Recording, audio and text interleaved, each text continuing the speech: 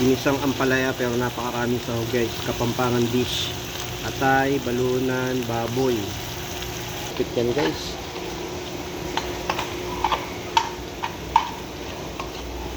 So, shoutout naman sa mga Kapampangan dyan. Araw. Oh. Kaya, kasi, tagal ko na Ngayon sa Kapampangan mo salita ka, bilis. Ganyan. Nasa Pag yung ginigisan, ganun-ganun. Nasa Kapampangan. nanupis sabihin po. Yun, yung ganyan, yung kamatis sa Kapampangan, ganun. Kamatis, sa Kapampangan, kamatis. O, tapos, gisa mo yung kapalya, yan. Okay, bilis. Paburen mo lang malaso yung kamatis, kahit bagya lang. Yan. Tapos, yung Maillard reaction nito, yalo mo na. Yan.